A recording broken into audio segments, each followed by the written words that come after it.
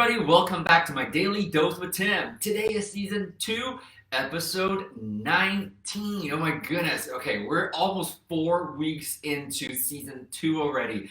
And I think the first couple of weeks we had a slower start, and all of a sudden week 3 and this week I've been getting so many different messages and so many different questions from you guys, and that's awesome. And I just want to let you know to keep those coming, because I keep saying that whilst a lot of times, you guys are not watching this live, however, I know you're actually coming back to review these things, and questions do come up. And sometimes even when I watch back, I know there are points that I really want to make, or some of the things that I want to really explain more thoroughly, and I didn't really get to because I'm always a little bit aware of how much time has gone by every time I do a video as well. And I really am doing everything that I can to really squeeze these videos in at about 15 to 20 minutes per episode, just so that it's bite-sized chunks that makes it very easy for everybody to absorb and digest the content.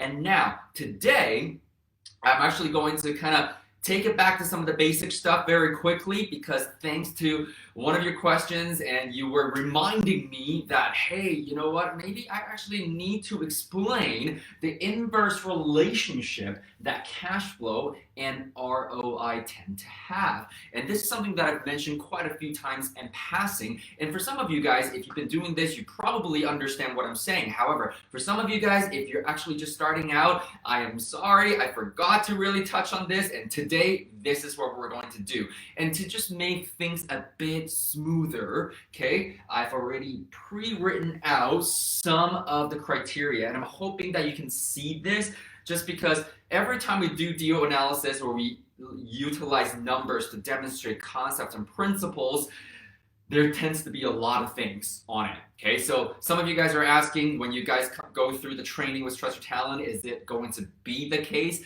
Yes and no, because those of you who have actually worked with me, you understand I really emphasize on the thought process, number one.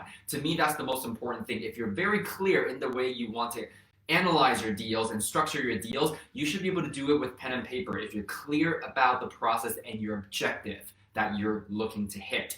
However, the other side of all of this is I keep saying I am actually not a techie person.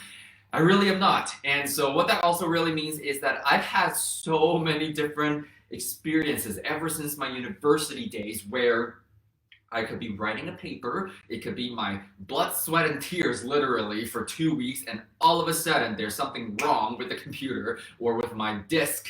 Back then, I think we had floppy disks, if you're old enough to know what that is, yay. And I've just had way too many experiences where technology does not cooperate with me. And these days, especially when we rely a lot on Wi-Fi, on connections, and it just fails you, it's not the greatest feeling. So my whole point really is, yes, on the one hand, you will be given spreadsheets so that it makes the process a lot smoother and a lot easier. However, on the other hand, I still want to make sure that every person is able to actually formulate a complete thought process on deal analysis and deal structuring, okay? So coming back to this today, cash flow versus return on investment. And again, if we're going to use income properties or the concept of income properties to demonstrate this idea, then I want you to remember that, yes, we say return on investment, and that's become more of a universal term. And you guys know, I also did an episode back in season 1 basically discussing the main differences between return on investment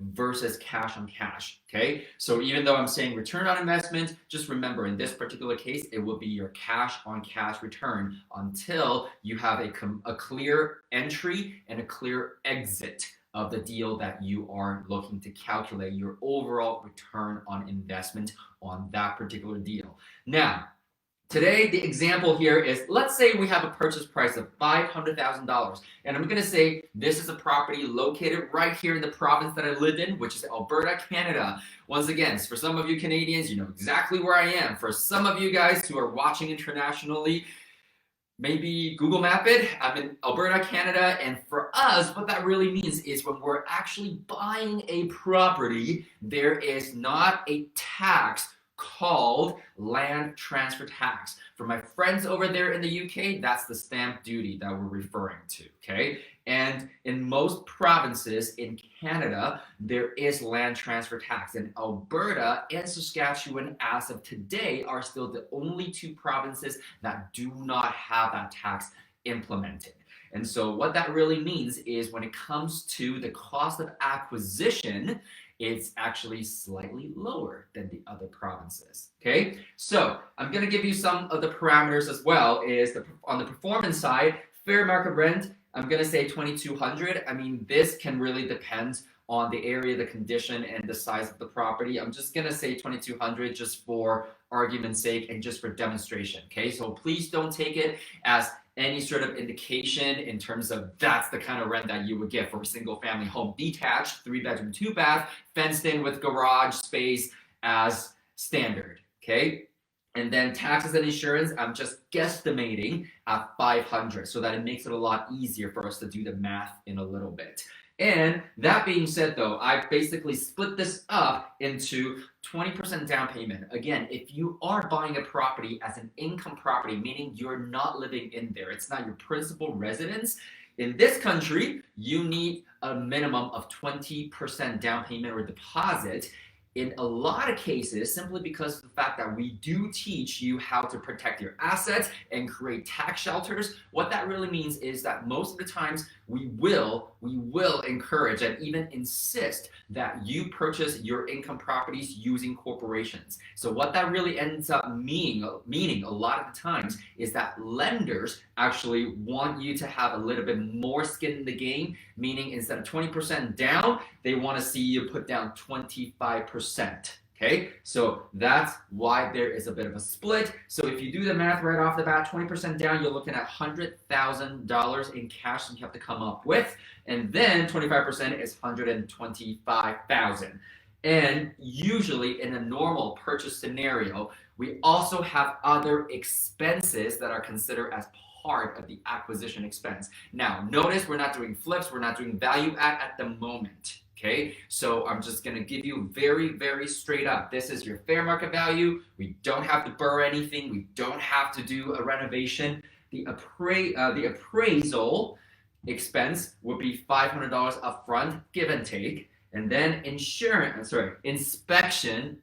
is $500 as well. And legal expenses, because we have to pay a licensed lawyer to close the deal, to do the conveyancing process for us, and their favorite words, billable hours, right? And other than billable hours on the legal fees, don't forget that you always need to budget in disbursements, okay? So if you're getting quotes from lawyers, just make sure that whenever they give you an amount, clarify whether or not disbursements have already been estimated into the quote that they're providing you with. So let's take a look here. And for a lot of you guys, you can actually just leverage a simple amortization calculator. Or for us Canadians, remember, we use the Canadian Mortgage app, okay? That's the one that I'm going to be using here with everybody. And so what we're doing here now is let's calculate the full acquisition cost, okay? So right here we have $100,000 from down payment,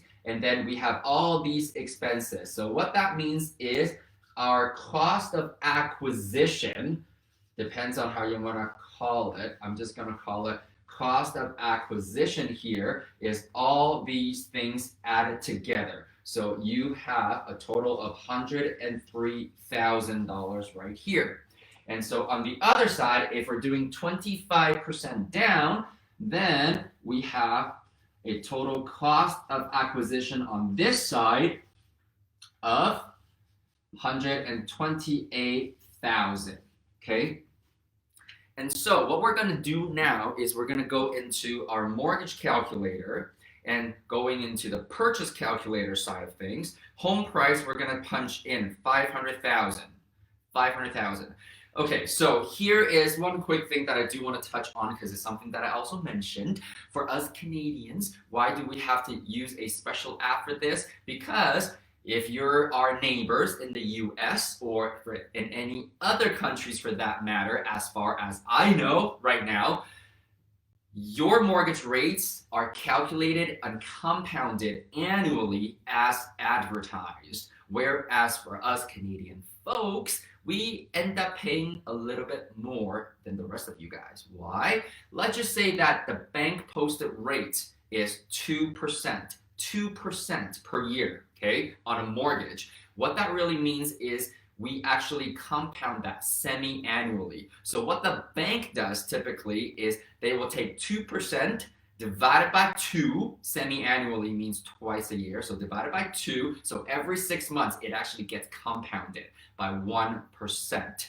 And so what that really truly means is that Canadians, we end up paying more in interest when we get a mortgage, okay? So that's really what the point that I want to make there. That's why we have a special app for it. So for those of you who are not in Canada, make sure that you use a regular mortgage calculator or an amortization calculator that's available to you.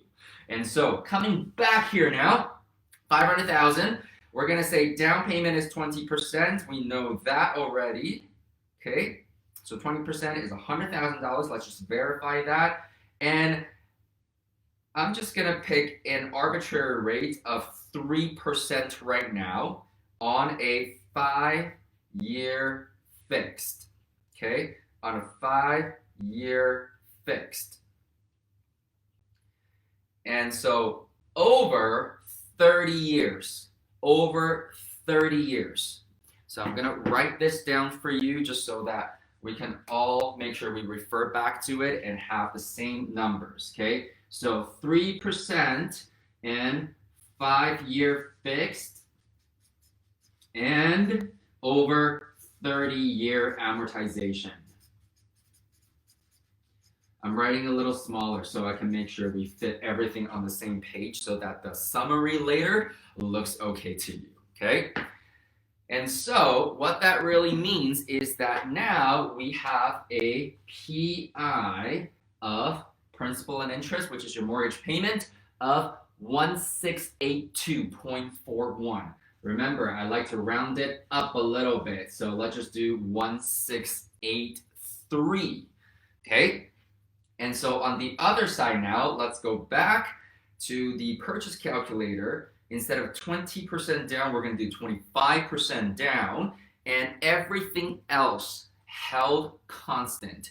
Okay, we now have a monthly payment of $1577.26, and so what that means now is, let's round it up a little bit once again, is $1578. So in both cases, I basically just rounded it up by a few cents, really. That's all there is to it, okay? Just so that it's an easy, clean number for us to work at. So let's figure out what the cash flow is on this side, okay? Cash flow, in this case now, let's take out our little calculator, is fair market rent. So let's just say that assuming the $2,200 is our actual rent that's being collected on a monthly basis. And in this case, once again, I've done a lot of disclaimers already in terms of some of the considerations that we're omitting at the moment, which is vacancy, repair, maintenance, and property management, especially if you're not self-managing, okay? So all we're doing is demonstrating the concept of the inverse relationship between cash flow and your return on investment. And so, coming back here now, 2,200 minus our pity payment, so 1683, and then minus our $500. So guess what? Whopping $17 a month in our cash flow in this case. And on the other side, we have 2,200 minus 1578, and then minus 500. So now we have 122 per month. So on paper, right off the bat, if I were to give you or present you with an opportunity that's going to give you a monthly income stream of $17 versus 122, which one do you think most people would want? Well, they would want 122, right? The more the better, because that is your profit. You want higher profit on a monthly basis because that signifies that your business is actually doing well. That means your property is performing better, so to speak. However, let's now take a look at our cash on cash return. So cash on cash return, the reason why I like doing return on investment sometimes is also the fact that it just makes it easy. Return on or return sitting on investment. Okay, so return right now is $17 per month times 12 months. Our initial investment, okay, we already said initial investment is basically our cost of acquisition is $103,000. So upfront, it seems like, well, you know what? If we only have to spend $103,000, it's better than having to come up with $128,000. However, now you can see the more we put down, the higher the cash flow. However, let's keep going with this first. So 17 times 12 divided by 103,000, and then 100%. Guess what? Horrible, horrible, horrible, horrible. 0.2%. That sounds awfully a lot like putting your money in a savings account these days. Anyways, these numbers are not indicative. I'm just proving a point right now, okay? Most properties in this market actually performs a lot better than that. Now, on the other side, same math, okay? So we have 122 times 12, and then divided by 128,000. And then let's take a look. 122 times 12, and then divided by 128 times times 100. There we go. Okay. Again, 122 times 12. I press something. Divided by 128,000, and then times 100%. There we go. So 1.14.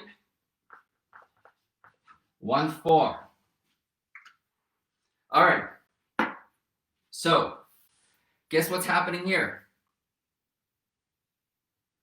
Do you see the irony? Okay. We have a return that's 122, so technically that's higher than that, right? And this is why there's a lot of scenarios that we can go into, because apples to apples, in this particular case now, the inverse relationship is actually not quite proven, simply because of the percentage that we have put down here, and also there are other considerations that we've actually put away. So remember, I named this the inverse relationship between cash flow and ROI. Why? Because technically speaking, okay, when you get more cash flow, that typically means that one of the factors in your expenses are actually going to be lower, giving you a little bit more. And the biggest driver is typically your down payment amount. Okay, so going back here now, in this case, we have 1.14% versus 0.2%. So we're actually happier in this particular case. Now, this is part one of the two parts that I'm going to be doing with you, because today I wanted to show you the 20 versus 25%. However, tomorrow we're going to look at what actually will drive it to be that inverse relationship that we're talking about. In this particular case though, just remember the example, and we're gonna tweak it a little bit, and then you will see how it flips super quickly, okay? Now, I'm gonna leave that as part one for today, and tomorrow we're gonna come back and keep exploring this, just so that you fully understand what we mean by that inverse relationship. Because in this particular case, that has not been proven yet. So stay tuned. Now, thank you once again for inspiring me, for touching on different topics with you as we go along season 2. There's a lot of things that I've still got planned for you. Remember, we got 12 weeks and we're only pretty much at the end of week 4 at the moment. And so tomorrow we're gonna come back and really wrap this up so that you guys can really fully understand. And the reason why I want to go through this with you is because a lot of the times when we're doing our DO analysis, what we're always doing is to look for ways to improve performance. And performance a lot of the times means improving cash flow and improving return. Okay, so if we're always usually dealing with the fact that they have an inverse relationship, then what do we actually focus on? So that is what we're going to be solving with tomorrow's episode. So thank you so much again for joining me today, and thank you for sharing the stuff that I've been making with people that you think can actually learn from and can benefit from. So I appreciate your support, and I look forward to seeing you back here tomorrow. So have a great evening, everybody. Live well.